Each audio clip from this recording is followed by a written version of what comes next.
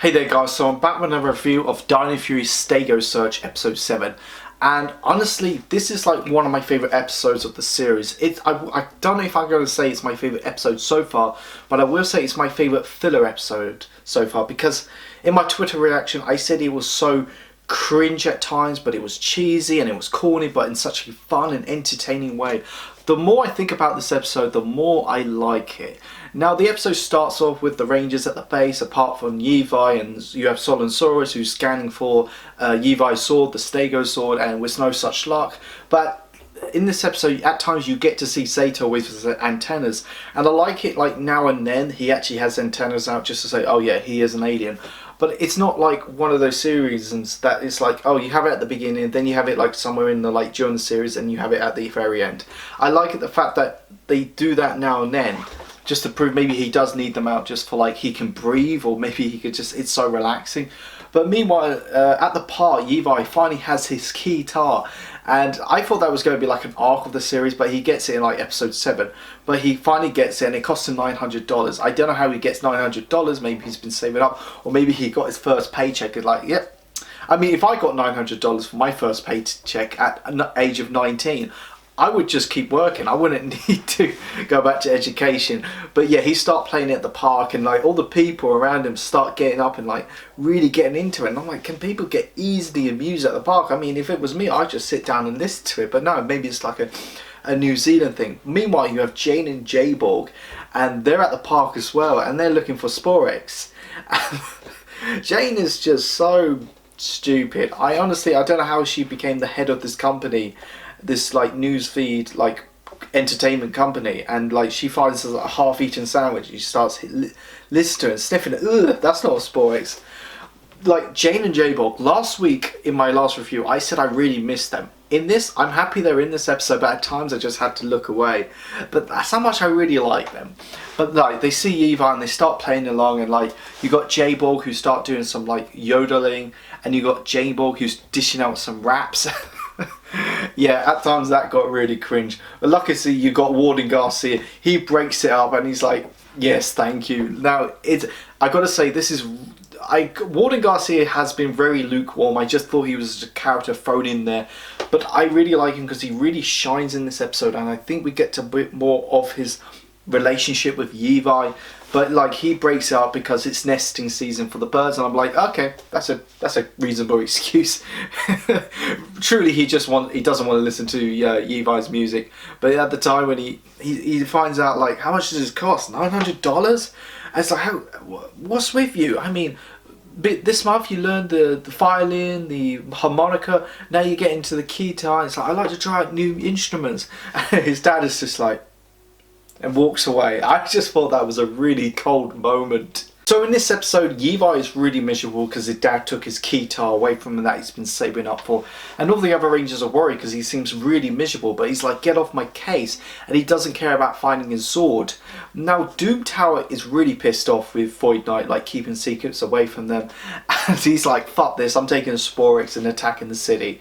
That was just great. I mean, we've seen many times generals double crossing their boss, but that's normally behind closed doors. With this, he's really open to it. He could just like do his own thing. And I like that. He's like, nah, fuck this. I'm taking the Sporex, powering up myself and attacking the city. We also get to see the boost keys, and I'm getting a better understanding of them now. We have 5 boost keys, and they have their own unique ability. One has like super speed, one has like gravity, one has like an anchor, one has a shield.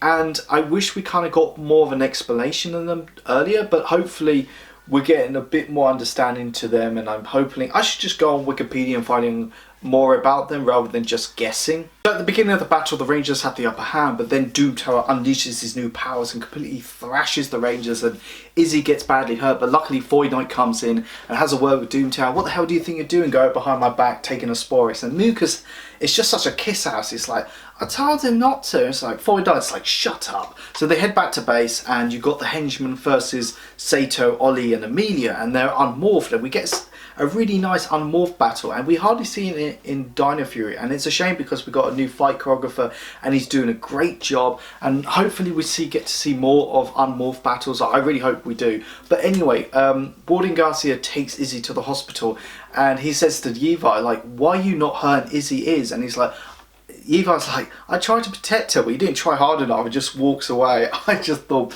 that was a really another cold moment. And Warden Garcia really shines in this episode, and so does Levi.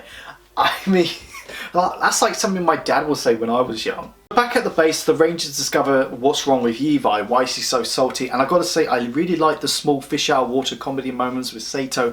He's like, salty? What, like those potato chips? No, like an emotion. But yeah, they know what's wrong with him, they saw it thanks to social media, I'm guessing YouTube or Facebook, or their own kind of version of in the Power Rangers world.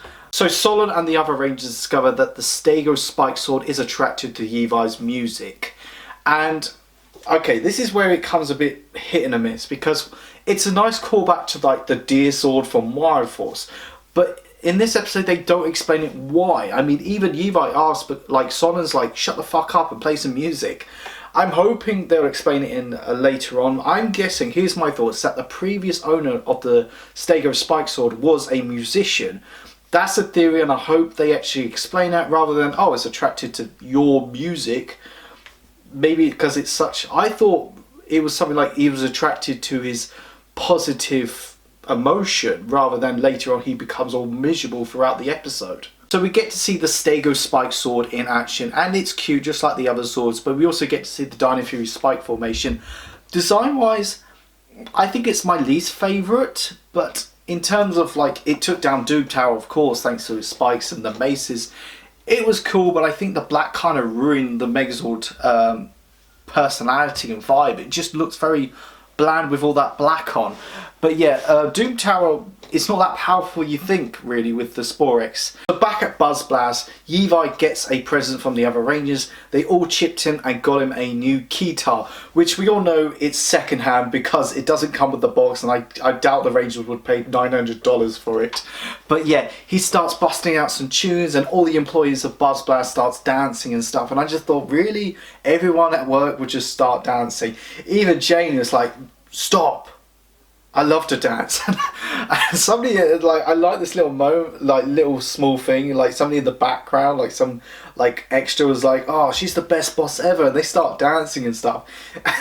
It's such a corny moment. But even like J Borg's kind of like, she doesn't know how to dance, but they told her how to dance, and she starts spinning around.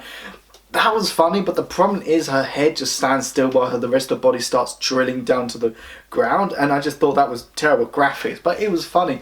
And she hits a water mine and it causes a massive like flood of water popping up. That was a quite cute moment because everyone just start laughing and having a good time, even though it would probably cost them thousands of pounds to get that fix. But yeah, Stego Search is such a wacky and bonkers episode, and it does have problems like, why was the Stego Spike Sword attracted to Yuvi's music? They don't explain that, but I'm hoping they will. But yeah, it's like a really fun filler episode. It's my favourite filler episode so far. It could be like, is it my favourite episode? It's like top 3 wise, but yeah, I can't wait for the next episode with Mick returns. And yeah, I have some doubts about that because it is going to have like the Ninja Nexus prison, because I'll explain more in the next review because I don't like Ninja still. But yeah, if I have to give this episode out of 5, I think I'm going to give it a 3.8. It's good. I don't know how it holds up in a year's time or compared to the other Dino Fury episodes, but yeah, it's another fun episode. And I think Yuvi really shined in this episode because I think Izzy really overshadowed him. But you also get to see Warden Garcia moment. He's not that kind of typical like silly ranger, but he is kind of like a really brutal, like a really harsh dad on his son, and he's kind of strict on him, and I really like it. But yeah, another good episode from a really possibly another great series.